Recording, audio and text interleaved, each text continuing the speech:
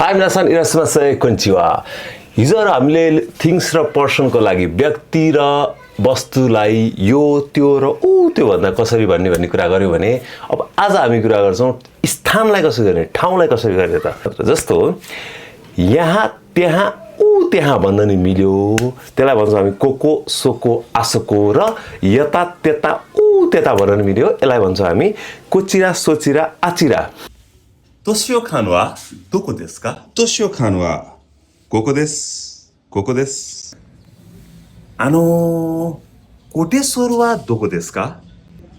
Kotesor desu ne. Koko wa Banesor desu.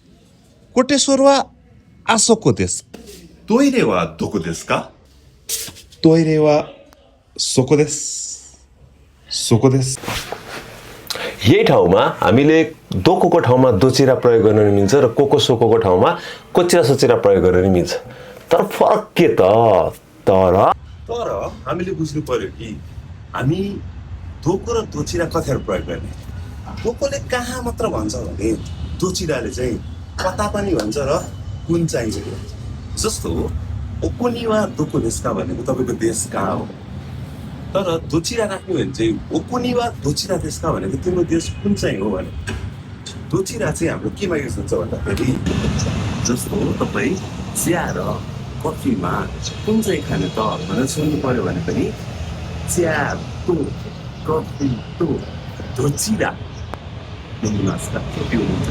दोको र दोचिराको फरक के रहेछ त भन्दाखेरि दोकोले कहाँ भन्दो रहेछ भने दोचिराले चाहिँ कता पनि भन्छ र कुन चाहिँ पनि भन्छ दुई या दुई भन्दा बढी अप्सन छ भने कुन चाहिँ हो त भन्नु पर्यो भने दोचिराको प्रयोग युज हुने भयो दोकोको भन जस्तो ब्याग क्लासमा ब्यागै ब्याग छ तिम्रो ब्याग कुन चाहिँ हो भन्नु पर्यो भने दोचिरा देशका